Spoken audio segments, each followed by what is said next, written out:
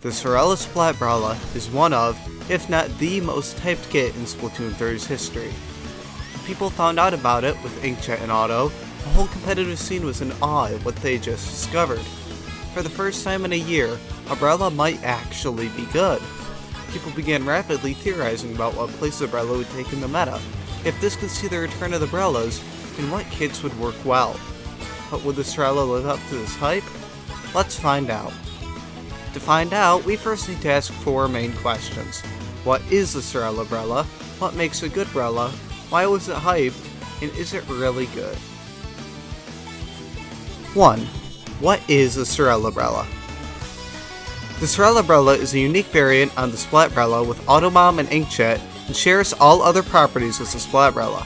The Splat Brella itself shoots shotgun-like blasts, firing multiple low-damage pellets for a maximum of 81 damage.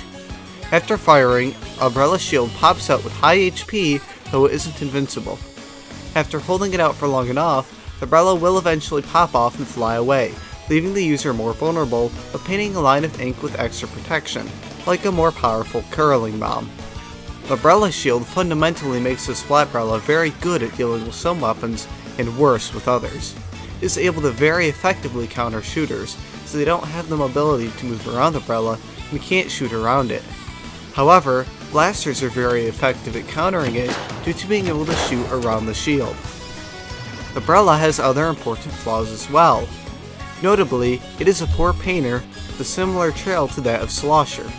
This effectively means that somebody else will have to paint for it, as the trail is nearly unusable for effective movement during combat.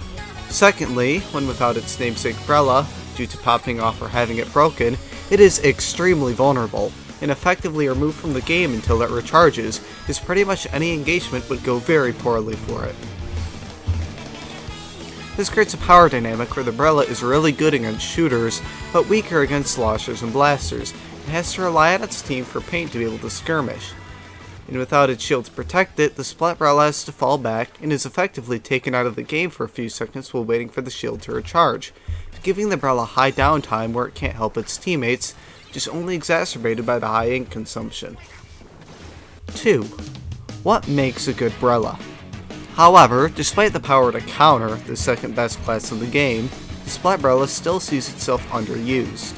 The weapon itself is weak and does little damage with an incredibly low time to splat, and the shield does not make up for those drawbacks.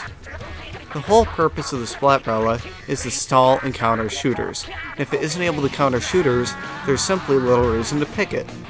A lot of other weapons can stall just as effectively, leaving little to be wanted from Brella, and that purpose is important for another reason.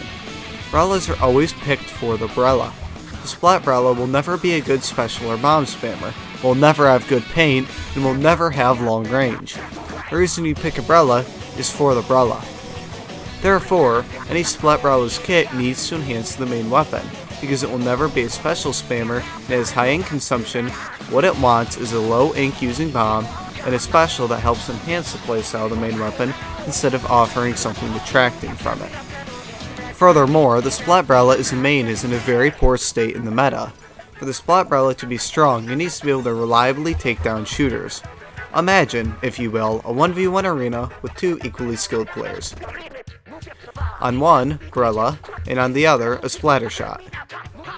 The Brella, in theory, should win the majority of the time, but in practice, the splatter shot wins more often.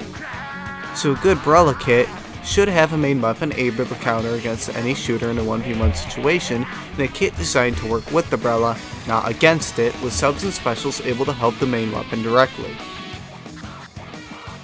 3. Why was it hyped? Of course, the Sorella Brella was really hyped when it was first revealed.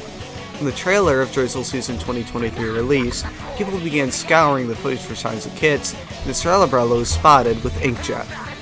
Inkjet got the competitive scene excited due to the fact that Inkjet is the best special in the game, and Brella finally got a truly meta special.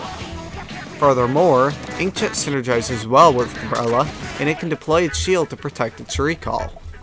This excited everyone, and people waited with bated breath to find out what the sub would be. Autobomb. Autobomb and Inkjet is honestly one of the best, if not the best, kits it could have gotten. Remember that a kit needs to enhance the main weapon. Auto Bomb is lethal, helps discover sharking players that are strong against the Sorella Brella, and only uses 55% of the ink tank, giving it room to still maneuver and take shots. While Inkjet doesn't enhance the main weapon in particular, it is enhanced by the main weapon and one of the best specials in the game, giving it some use other than just the Brella. But is it enough to make it meta? 4. Is it really good? The duality of man, wanting Inkjet on Brella, but continuing to use Ballpoint. The problem with Inkjet is that once again, the Splat Brella doesn't paint very well. It simply doesn't get it very often, so while having a meta special is nice, it will never be picked for its special, leaving it completely unimportant to the kit's success.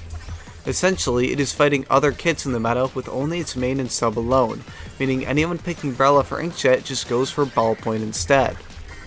And Auto Bomb alone isn't enough to make up for the weak main. While it does shore up some weaknesses, you still can't change the fact that, in a 1v1 with a shooter, the Brella loses. The buff to shield regeneration with the start of the season just didn't change that fact there. No matter how much downtime, no matter how strong the sub, it still just can't win 1v1s, putting it in Splattershot purgatory. It's good, and far better than many other choices, but there isn't much of a reason to run it over other weapons. Range Blaster, another ink-hungry weapon, can get splats far better, while Chargers can stall almost as well as Brellas while providing far more utility. Overall, there is just not enough of a reason to pick it, leaving it stuck underused in the meta. 5. How could it be good? Of course, all is not lost. There are many ways in which Sorella Brella could become strong, though I generally sort it into 3 main options. Option 1 would see the Splat Brella getting its old damage back, is the most obvious and therefore popular option. It makes sense after all, Splat Brella used to be strong when it did 90 damage instead of 81, importantly making its 2-shot more consistent. This would fix some range and time to splat issues, though it would still struggle in other departments. Option 2 sees the Splat Brella getting a range buff. A range buff would do effectively the same thing as a damage buff, giving it a more consistent 2-shot and thereby decreasing the time to splat, while having the added benefit of allowing it to ship more weapons while staying out of their range. Brella is disproportionately powerful against Splash compared to Splattershot due to its longer range, and the ability to apply that to more shooters would certainly be a boon, though the 2-shot likely wouldn't be as consistent as Option 1's fix. Option 3 though would see both Tri-Slosher and Ballpoint nerfed, leaving Sorella as the only viable Ballpoint option left. This is the least likely of the 3, and would cause massive ripple effects, but still could be done. So, overall, the Sorella Brella is stuck in a mid-tier state as of now, and is rarely found in competitive, but it could someday be strong if Nintendo simply flicks a switch.